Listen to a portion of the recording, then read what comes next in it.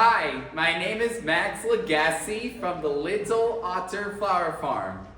Thank you for inviting me to speak at the Care Farming Network Conference. Today I will be telling my story about the Little Otter Flower Farm with some themes incorporated. The themes are growth, stamina, skills, improvement, and responsibilities, and being an excellent role model. In 2017 through 2019, we were preparing to work on the Little Otter Flower Farm. We looked for land in Bedford, Virginia in 2017. We bought the land in 2018. In 2019, I graduated high school, worked at Brookside Garden Center as an internship, took classes at Montclair State University with biology and earth science, and prepped the first few rows of the field with no-till farming. No-till farming does not use a tractor because it compacts soil too much, but we use cardboard and wood chips because cardboard gives excellent worm food, and holds in the weeds and moisture. And we use a broad fork because it helps keep the worms alive. In 2020 was my first year on the Little Otter Flower Farm with flowers and COVID year. We moved down to Virginia in the second week of March. I had my first full day of work in March 16th, 2020, where I was hauling carts of compost. I had to take a break every hour, but now I haul lots of more carts of stuff with wood chips, sifted dirt, and others without taking any breaks. I moved into the greenhouse with my parents in May of 2020, and we moved into the main house 2 months later, where the following day I had my first market. And I was later featured in 2 news articles in 2020 at fall. 2021 was a year of many firsts. We had our first interns working on the farm with Reagan and Maya. We had 2 retired special ed teachers, Kim Mariglo and Michelle Witt, as volunteers to start with social skills on the Little Otter Flower Farm with me and interns. 2021 also marked our first full market season. We also had our first farm visits and our first wedding in 2021 as well. 2022 was the year with more stamina, skills, and my winning of 2 awards. I was featured in my first podcast appearance. I also took over the financial records and bookkeeping and flower observation records on spreadsheets that year, with expenses like categories of and cost of, and flower recording expenses, day transplanted, day sprouted, and day planted.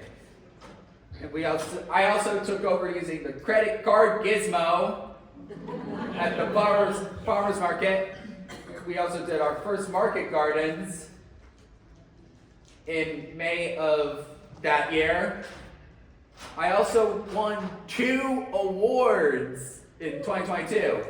The Bedford Get Together Community Service Award and the Agribusiness of the Year Award from the Bedford Area Chamber of Commerce. I also participated in our Care Farming Zoom meeting where I am now that year. In 2023, we had better community presence. We started off with social group. We just started with 4 people with bowling, mini golf, and croquet. And this expanded to include a game night with 10 to 15 people every other Tuesday night. We have an autism awareness market every April. We sell autism awareness related stuff, and the profits allow for the funds to do social group activities. I also did the pot of gold flowers. I also did the rain gauge recordings on the Coco Roach website with Community Collaborative Rain, Hail, and Snow Network. I also started with the Flower Farmer Year game, talking about what I do on farm every year. where I do it with community school, career day at schools, and field trips on the farm. I also had my first visit from Lieutenant Governor Winsome Earl Sears. I also had a flower tutorial with Brian Swan, who is a wedding designer based in Metro DC in July of that year. We met Brian from a friend, Elisa, who is a wedding planner.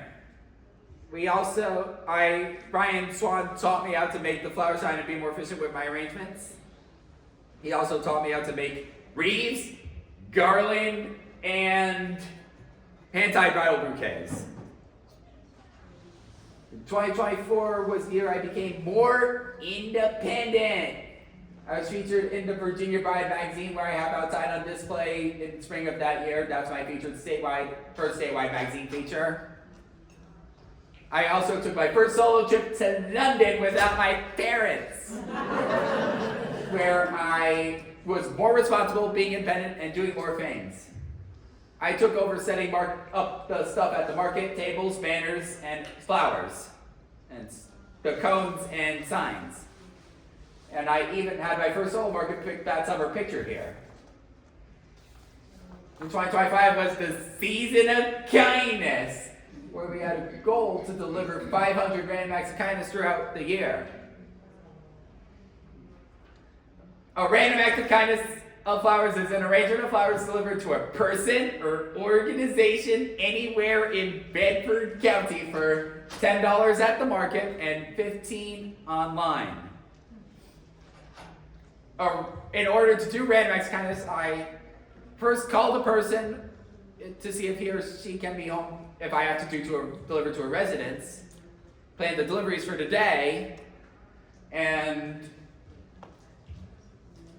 make the arrangements, put the specific tags on them, pack the arrangements. Next, I deliver the arrangements and take a picture of the person holding the flowers. I also lastly send the email to the person who ordered the arrangements and with the picture included. I also got my driver's learner's permit so I can learn how to drive. I also had the Doggy Days fundraiser at the Bedford Farmers Market, where I helped to teach people how to make my flower arrangements in my Right of Color form. And I even collaborated with a few of them. In 2026, we have big projects. I won the Business of the Year award from the Otter Flower from the Bedford Professional Woman in that last month in January. We are also doing a new project of native pollinator seeds in collaboration with Virginia Tech. We also are breaking in a quarter of an acre of new fields for that project. And I'm also hoping to get my driver's license this year. And I am speaking right now at the big highlight of 2026 is I am speaking here now at this meeting.